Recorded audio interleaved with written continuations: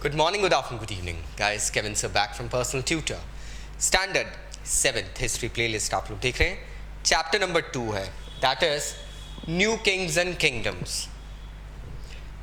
अब previous topic में हम लोग बात कर रहे थे कि इस बुक में हम लोग पढ़ेंगे अबाउट ईयर 700 टू 1750 की इंडियन हिस्ट्री, और देखने में भी ऐसे ही कुछ लग रहा है. अगर 7th सेंचुरी के बाद की हम बात करते हैं, मतलब ईयर 800 वगैरह में 600 से शुरू हो जाता है ये. 7th सेंचुरी के बाद से इंडिया में काफ़ी सारे किंगडम्स इमर्ज होने लगे और 12th सेंचुरी तक ये फैलते गया. अगर आप यहाँ पे मैप देख रहे हैं जो आपके चैप्टर की स्टार्टिंग में ही है, मैप 1, इसमें आपको अलग अलग रीजन्स दिखेंगे जो इंडियन सब कॉन्टिनेंट में डेवलप होने लगे थे. तिब्बत, नेपाल, कश्मीर, सैस, Arabs of Multan, Arabs of Mansura, अनारता.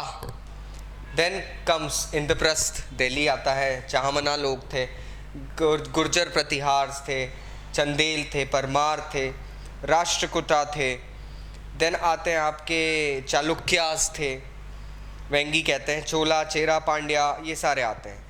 और ये जो आप रेड में आप जो देख रहे हैं ना, फ्रंटियर्स, ये सीमाएं थी राज्यों की जो कॉन्स्टेंटली फ्लक्चुएट होती रहती थी, कभी आगे कभी पीछे, क्योंकि ज़मीन के लिए युद्ध चलता रहता था, टशन रहती थी. ठीक है, तो बहुत सारे ऐसे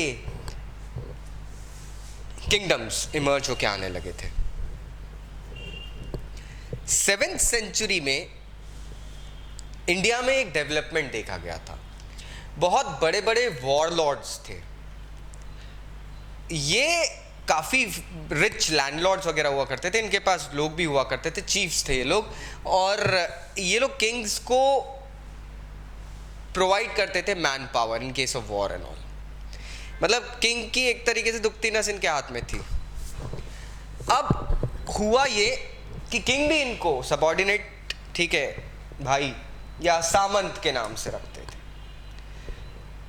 अब सामंत की पावर इतनी है, उसके पास लोग हैं, एक्सपेक्ट किया जाता था कि वो किंग के लिए गिफ्ट्स लेकर आएगा, किंग को सब चीज़ें देगा, किंग की कोर्ट में प्रेजेंट रहेगा, मिलिट्री सपोर्ट प्रोवाइड करेगा. टाइम के साथ साथ ठीक है, किंग्स भी उनको काफ़ी लिबर्टी देते थे, ऐसा नहीं था कि नहीं, काफ़ी पावर्स होती थी. एक तरीके से उस रीजन में तो वही राजा होता था, रिप्रेजेंटेटिव है तो राजा ही बन जाता था. टाइम के साथ साथ इन सामंतों की वैल्यू बढ़ी, इनके पास पैसा बढ़ा, इनके पास पैसा बढ़ने से पावर भी आती है. दे डिक्लेयर्ड देमसेल्व्स एज महासामंत और महामंडलेश्वर एंड ऑल, क्योंकि अभी महामंडलेश्वर की उपाधि अलग होती है, वो एक धार्मिक गुरु के हिसाब से होती है, यहाँ पे भी वही वर्ड था. और एक तरीके से ये लोग उस एरिया के किंग बन गए. और कभी कभी तो अपने प्रीवियस पेट्रन जो राजा थे जिसके अंडर में आप आते थे, उनसे बगावत करके एक अलग किंगडम ही बना लेते थे. ऐसा ही एक केस हमको दिखता है. ये जो मैप में आपको दिख रहा है, ये राष्ट्रकूटा का एरिया और यहाँ छोटा सा चालुक्य का एरिया, ये स्टोरी वहीं की है. अगर हम डेक्कन में देखें तो राष्ट्रकूटा पहले चालुक्यास के सबऑर्डिनेट थे, और अभी आप मैप में देखो चालुक्य खुद कितने छोटे से दिख रहे हैं इस टाइम पीरियड में. हुआ ये था कि दंती दुर्ग एक राष्ट्रकूटा चीफ था, जैसे मैंने आपको पहले चीफ्स की स्टोरी बता दी है. ठीक है, ये एक राष्ट्रकूटा चीफ था. इसने अपने चालुक्य ओवरलॉर्ड जो थे, उसके ऊपर जो रूलर था, शासक था, उसको ओवरटर्न कर दिया उसने, मतलब उसकी सत्ता गिरा दी, मे बी ए कूप और समथिंग लाइक दैट, जो भी था. एंड उसके बाद में, क्योंकि Danti Durg was not a Kshatriya, so tradition के हिसाब से क्षत्रिय किंग बनेगा. Danti Durg belong to another caste. उसने क्या करा, एक हिरण्यगर्भ करके एक यज्ञ करवाया. अब ट्रेडिशन वाइज ये कहा जाता है कि हिरण्यगर्भ एक ऐसा यज्ञ होता है, इट्स अ गोल्डन यज्ञ, ठीक है, जिसमें एक पर्सन रीबर्थ लेता है. बिना मरे एक पर्सन फिर से लॉजिकली मर के जिंदा होके थोड़ा सा टेक्निकल है, एक पर्सन उस यज्ञ के द्वारा पुनर्जीवन प्राप्त करता है एंड वो बन जाता है क्षत्रिय। हिरण्यगर्भ एक यज्ञ होता है। हालांकि अगर वो क्षत्रिय बर्थ से भी नहीं होगा ना तो भी उसके बाद में उसको क्षत्रिय कहा जाएगा। और ये दंती दुर्ग ने यही करा था। और उसके बाद में आप राष्ट्रकूटास का एम्पायर देख सकते हो। महाराष्ट्र एंड ऑल जो पूरा एरिया था उसकी जो नींव थी ना वो कहीं ना कहीं आई थी। और भी केसेस ऐसे आए हैं, जैसे हम बात करते हैं एक इंस्टेंस की, कदम्बा मयूर शर्मन और एक गुर्जर प्रतिहार थे हरीशचंद्र। ये दोनों बाय बर्थ ब्राह्मण्स थे। ब्राह्मण्स का काम होता है पूजा पाठ, मंदिर की देख रेख करना, लोगों में ज्ञान देना, किंग को एडवाइस करना and all sort of things. They belong to rich enterprising families, मतलब इनकी फैमिलीज का सच में काफ़ी तगड़ा नाम था। दोस्तों होता क्या है, ये लोग भी किंग्स बन जाते हैं और उसके बाद में कर्नाटका और राजस्थान में, जैसे गुर्जर प्रतिहार की बात करें तो ये गुर्जर लोग राजस्थान में, और फिर कदम्बा मयूर शर्मन इन्होंने कर्नाटका में अपना पूरा का पूरा एम्पायर सेटल कर लिया। तो ऐसा नहीं था कि इस पीरियड में वो जो वर्ण सिस्टम बना था ना, ब्राह्मण क्षत्रिय वैश्य शूद्र, वही टिका हुआ था। Things were changing in India. इसीलिए कहा जाता है, जो चैप्टर 1 में समझाया है कि ब्रिटिशर्स ने, आखिरी में समझाया है कि ब्रिटिशर्स ने इंडियन हिस्ट्री को सिर्फ हिंदू मुस्लिम ब्रिटिश में डिवाइड करा। अरे ऐसा नहीं था यार, बहुत सारे चेंजेस और भी हुए हैं। अब ये एक चेंज हो रहा है वर्ण सिस्टम में।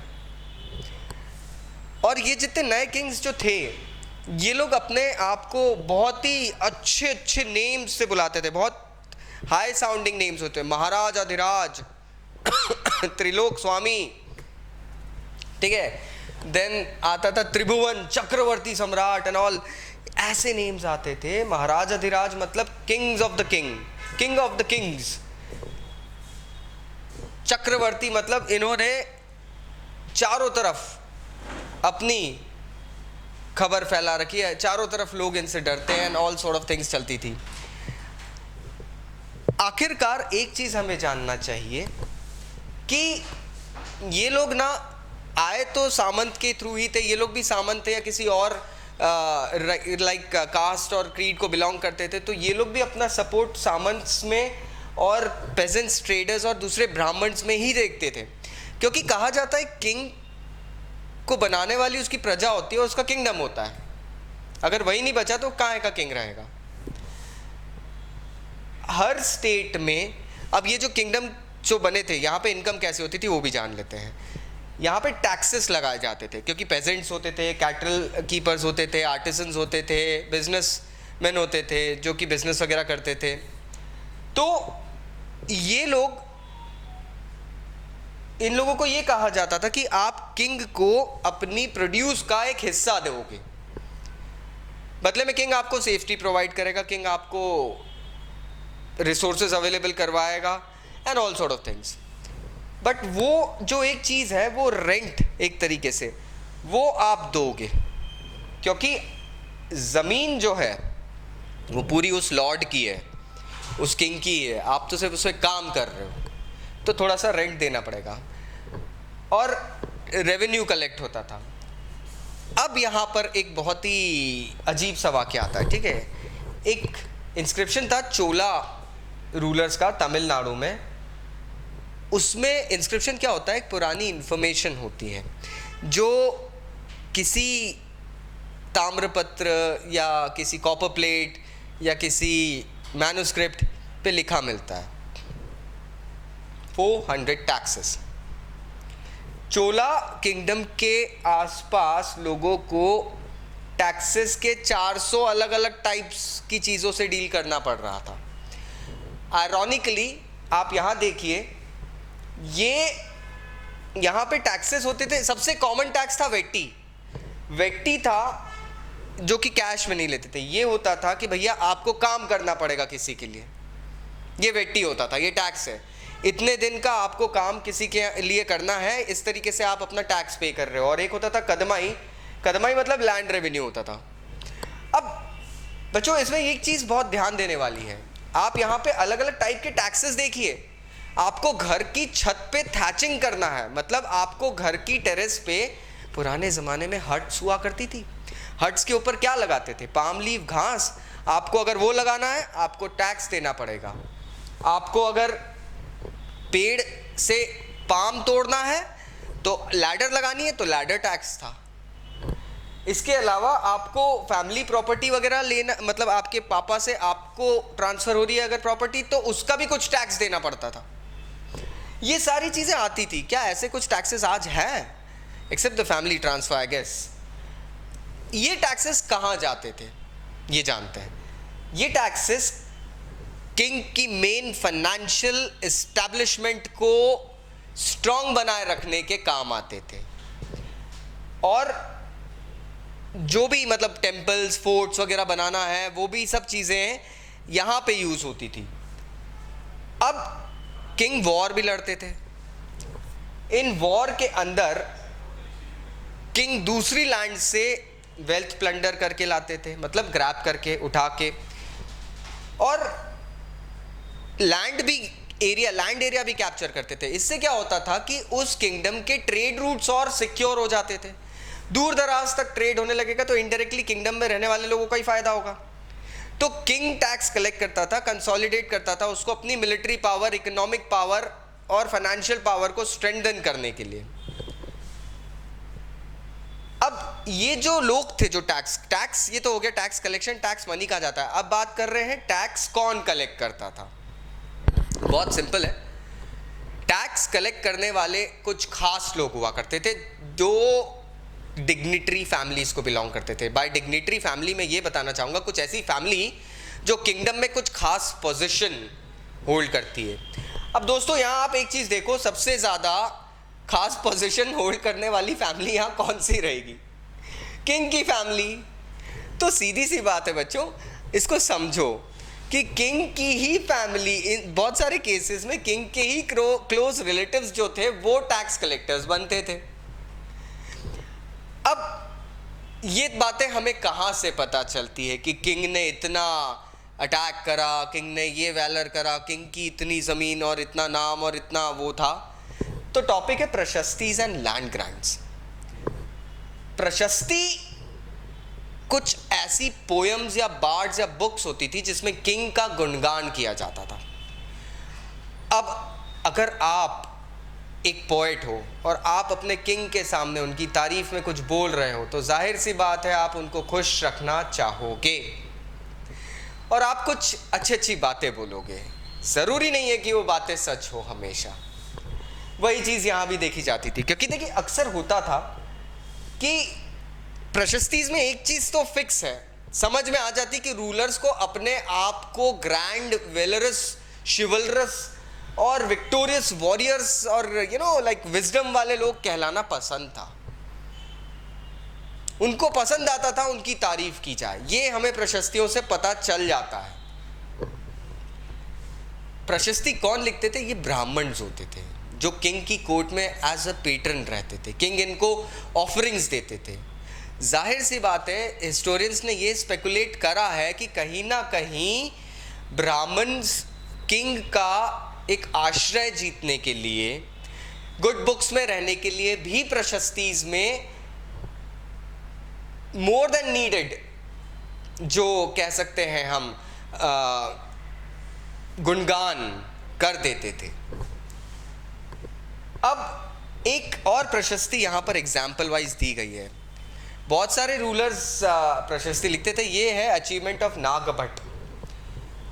ये प्रशस्ति गुप्ता रूलर समुद्रगुप्त के बारे में, क्योंकि लास्ट ईयर आपने समुद्रगुप्त के बारे में पढ़ी थी, इस बार हम पढ़ेंगे एक प्रशस्ति जो कि नागभट्ट के बारे में लिखी है। ये एक प्रतिहार किंग था।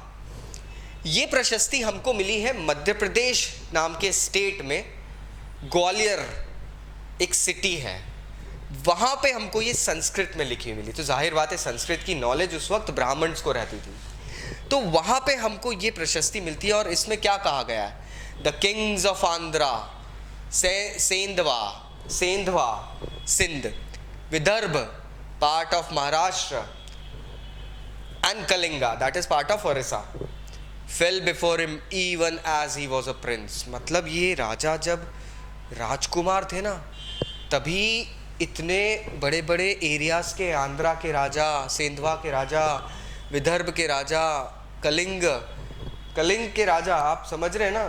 We are talking about somebody in competition with the person known as Ashoka.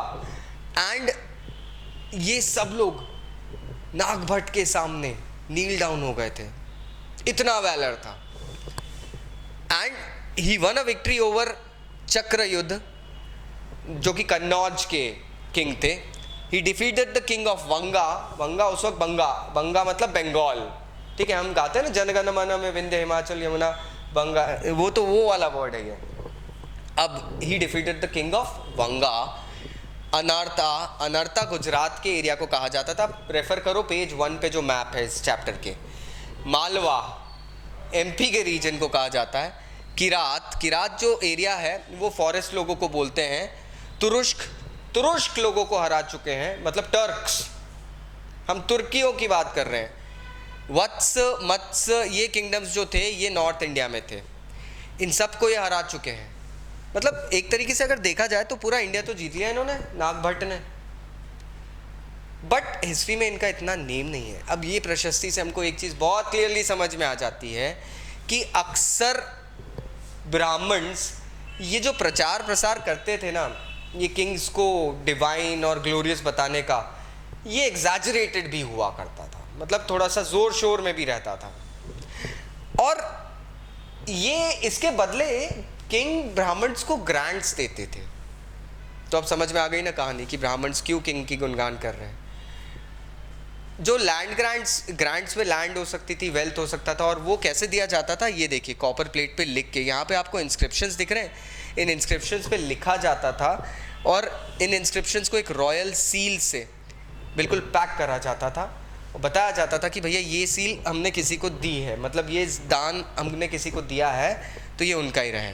अब हम यहाँ देखते हैं कि ये जो लैंड वगैरह जो देते थे ना, तो ये किस तरीके से जाता था. ये एक लैंड ग्रांट है, चोला किंग ने एक ब्राह्मण को दिया था. उसमें ये कहा किस तरीके से, आप देखिए मतलब पूरा का पूरा एरिया कैसे देते. ये सिर्फ एक ज़मीन नहीं दी जाती थी, एक ज़मीन का टुकड़ा नहीं. We have demarcated the boundaries of the land by making earthen embankments as well as by planting thorny bushes. हमने ज़मीन में earthen embankments होते हैं जिसको हम वो कहते हैं पालियाँ. खेत में हमने पालियाँ बना के वो एरिया डिफाइन करा है, और कंटीले झाड़ लगा के हमने उतना एरिया डिफाइन करा है. कौन सा area? This is what the land contains. अब ये जो दान में दिए ना लैंड, उसके बारे में बात चल रही है. और उस लैंड में क्या क्या है? फ्रूट बेयरिंग ट्रीज, फल देने वाले वृक्ष, water, land, gardens, orchids, trees, wells, open spaces, pasture land grazing के लिए, अ विलेज, एंट हिल्स. एक विलेज तो समझ में आता है, लेकिन एंट हिल, चींटियों का एक घर, मतलब चींटियों के जो घर होते हैं वो तक हमने दान में दे दिए हैं. आप डिविनिटी समझ रहे हैं किस डेप्थ में जा रहे हैं हम, कि एक एक कण के बारे में बात हो रही है. Platforms, canals, ditches, rivers, silt laden land, tanks, granaries, fish ponds, bee hives and deep lakes. मतलब हम बात कर रहे हैं मधुमक्खियों के छत्तों तक की. हमने मधुमक्खियों के छत्ते तक दे दिए हैं, और ये सारी चीज़ें हमने मतलब डिपॉजिट कर दिए, दान में दे दिए लोगों को. ये सब चल रहा है, ये सब हो रहा है. These all things were working. आप देखिए एक एक पीस, छोटी से छोटी चीज़ के बारे में यहाँ पे बताया गया कि हमने ये सारी चीज़ें दान दी है. अरे चींटियाँ तक आपने दान में दे दी है. आपने फिश पॉन्ड्स वो भी दान में दिए हैं. मतलब एरिया के अंदर जितनी चीज़ें बहुत डिवाइनली डिफाइन किया जाता था. He who receives the land can collect taxes from it. हम इनफैक्ट इस पर्सन को उस लैंड पे टैक्सेस कलेक्ट करने का भी ओनरशिप दे रहे हैं. He can collect the taxes imposed by judicial officers as fines. The tax on betel leaves, pan पे tax, that on woven cloth, कपड़े पे tax, as well as on vehicles, vehicle पे भी taxes. He can build large rooms with upper stories made of baked bricks. पक्का घर बना सकता है. He can get large and small wells dug. वो अपने यहाँ खेत कुएं खुदवा सकता है. He can plant trees and thorny bushes. If necessary, he can get canals constructed for irrigation. पेड़ भी लगाए और अगर चाहिए तो कनाल भी खुदवा सकता है. सब कुछ उसकी मर्जी से. He should ensure that water is not wasted and that the embankments are built. हाँ, लेकिन जो नदी से पानी आ रहा है ना, वो वेस्ट नहीं हो और प्रॉपर एम्बैंकमेंट बने तो वो चीज़ हो जाएगी. अब ये सारी चीज़ें जो बताई गई है, इससे आप समझ सकते हैं कितनी डेप्थ पे जाके एक दान देते थे, कितनी डेप्थ पे जाके एक लेवल डेवलप होता है. अब ये चीज़ जो थी ये बहुत ही अलग थी. 12th सेंचुरी में अगर हम देखें तो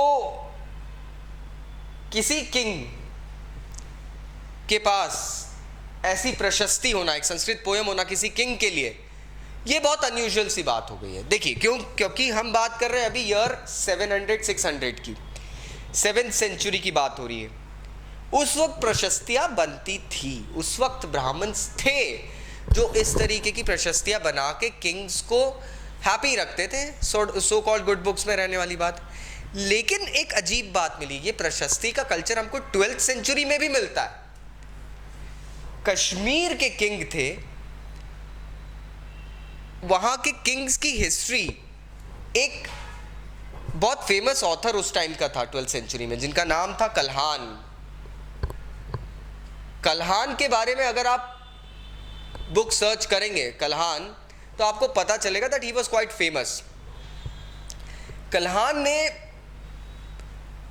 कश्मीर में रहने वाले किंग्स की पूरी हिस्ट्री निकाली. उन्होंने बहुत सारे सोर्सेज ढूंढे, इंस्क्रिप्शंस देखे, डॉक्यूमेंट्स देखे, लोगों से आई विटनेस अकाउंट्स पूछे, भैया आप बताओ मुझे कि क्या हुआ था. ये सारी चीज़ें नोट करी और पुराने हिस्टोरियंस को भी उसने रेफ़र करा और फिर एक खुद का अकाउंट लिखा. अब यहाँ पे क्या था, एक अलग चीज़ मिली है. कल्हान की जो संस्कृत पूरी पोयम थी ना, जो भी किंग्स थे जम्मू एंड कश्मीर के बारे में, उसमें आपको एक बहुत पिक्यूलियर सी चीज़ मिलेगी. इसमें कोई भी ऐसी प्रेज नहीं है जिसको आप फॉल्स कह सकते हो, मतलब बड़ा चढ़ा के बताई गई हो. इसमें हाँ एक बात ज़रूर है, इस तरीके की एफर्ट रखी गई थी कि अगर किंग कहीं गलत है तो उसको क्रिटिसाइज ज़रूर किया जाएगा. तो Kalhan was probably a player at that time who knew what to write, how to write, where to collect the information. ये सब उसे पता था और उसे किसी ग्रांट की चाहत भी नहीं थी, इसलिए वो बढ़ चढ़ के कोई बात बताता नहीं था.